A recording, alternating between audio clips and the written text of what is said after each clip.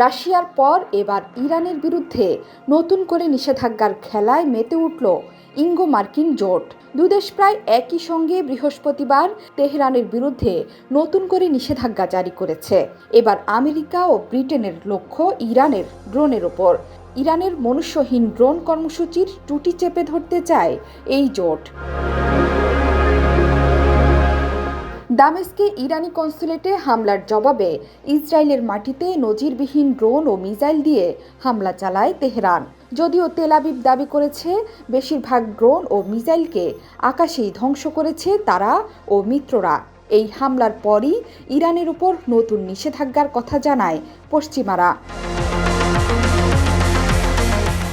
ইরানের ড্রোন কর্মসূচি নিয়ে অনেক দিন ধরেই অস্বস্তিতে রয়েছে পশ্চিমারা। বিশেষ করে রাশিয়া ইউক্রেন যুদ্ধে ইরানের তৈরি কামিকাজি ড্রোনের সফলতায় শঙ্কিত হয়ে পড়ে আমেরিকা ও তার মিত্ররা। এবার সেই ড্রোন ইসরায়েলের মাটিতে হামলায় ব্যবহার করায় আর বসে থাকতে পারেনি ওয়াশিংটন। ইরানের ড্রোন উৎপাদনের রেশ টানতে নতুন নিষেধাজ্ঞার কথা জানিয়ে মার্কিন প্রেসিডেন্ট বলেছেন, G7 নেতারা তেহরানের ওপর অর্থনৈতিক চাপ বাড়াতে একসঙ্গে কাজ করতে প্রতিশ্রুতিবদ্ধ। 13 এপ্রিল তারা ইরানি ড্রোন ও মিসাইলকে পরাভূত করতে একসঙ্গে কাজ করেছেন, সামনেও করতে হবে। এক বিবৃতিতে বাইডেন বলেন, ইসরায়েলের মাটিতে নির্লজ্জ আক্রমণের কারণে ইরানের ইসলামী বিপ্লবী গার্ড, প্রতিরক্ষা মন্ত্রণালয় এবং ইরান সরকারের মিসাইল ও ড্রোন কর্মসূচির সঙ্গে যুক্ত নেতা এবং সংস্থাগুলোকে লক্ষ্য করে নতুন নিষেধাজ্ঞাগুলো জারি করা হয়েছে।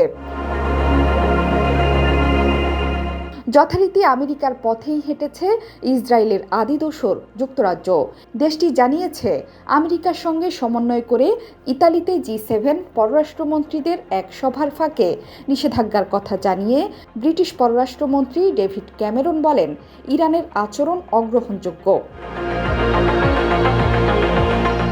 মার্কিন ট্রেজারি ডিপার্টমেন্টের বিবৃতিতে বলা হয়েছে, ইরানের ড্রোন উৎপাদনে সক্ষম এমন 16 ব্যক্তি এবং 2টি প্রতিষ্ঠানকে লক্ষ্য করে পদক্ষেপ নেওয়া হয়েছে। এর মধ্যে ইরানের শাহেদ ভ্যারিয়েন্ট UAV ড্রোন রয়েছে। গত 13 এপ্রিল ইসরায়েলে হামলায় ইরান এই ড্রোন ব্যবহার করেছিল। যুক্তরাজ্য ইরানের ড্রোন ও ব্যালিস্টিক ক্ষেপণাস্ত্র তৈরির সঙ্গে যুক্ত দেশটির সামরিক বাহিনী সংশ্লিষ্ট বেশ কয়েকটি সংস্থা, ব্যক্তি ও প্রতিষ্ঠানের উপর নিষেধাজ্ঞা দিচ্ছে। তবে সেই নিষেধাজ্ঞার বিস্তারিত তথ্য এখনও প্রকাশ্যে আসেনি। ধারণা করা হচ্ছে, দেশে ফিরে এই ব্যাপারে বিস্তারিত জানাবেন ক্যামেরন। ইরানের উপর নিষেধাজ্ঞার ঘোষণা দিয়ে এক বিবৃতিতে যুক্তরাষ্ট্রের অর্থমন্ত্রী জ্যানেট ইয়েলেন বলেছেন, আজকে যুক্তরাজ্যের সঙ্গে সমন্বয় এবং অংশীদার ও মিত্রদের সঙ্গে আলোচনার মাধ্যমে আমরা ইসরায়েলে ইরানের নজিরবিহীন হামলার জবাব দিতে দ্রুত ও সুনির্দিষ্ট পদক্ষেপ নিচ্ছি। তিনি জানান, ইরানের মারাত্মক কর্মকাণ্ড নস্যাৎ করতে যুক্তরাষ্ট্রের অর্থ মন্ত্রণালয় সব পদক্ষেপ নেবে। আগামী দিন ও সপ্তাহগুলোতে ইরানের ওপর আরও নিষেধাজ্ঞা দেওয়ার লক্ষ্যে কর্তৃপক্ষগুলোর তৎপরতা অব্যাহত থাকবে বলেও জানিয়েছেন তিনি। ইয়েলেন বলেন, ইরানের এমন হামলা অকল্পনীয়। শনিবার রাতে ইসরায়েলে অভাবনীয় হামলা চালায় ইরান।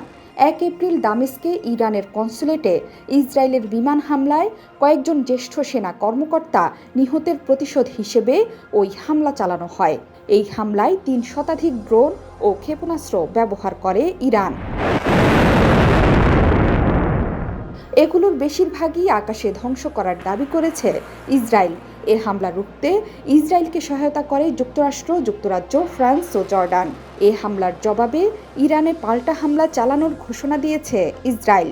ইরানও হুঁশিয়ারি দিয়ে বলেছে, পুনরায় আক্রান্ত হলে আরও বড় হামলা চালানো হবে। জোহরা চৌধুরী সেতু, 71।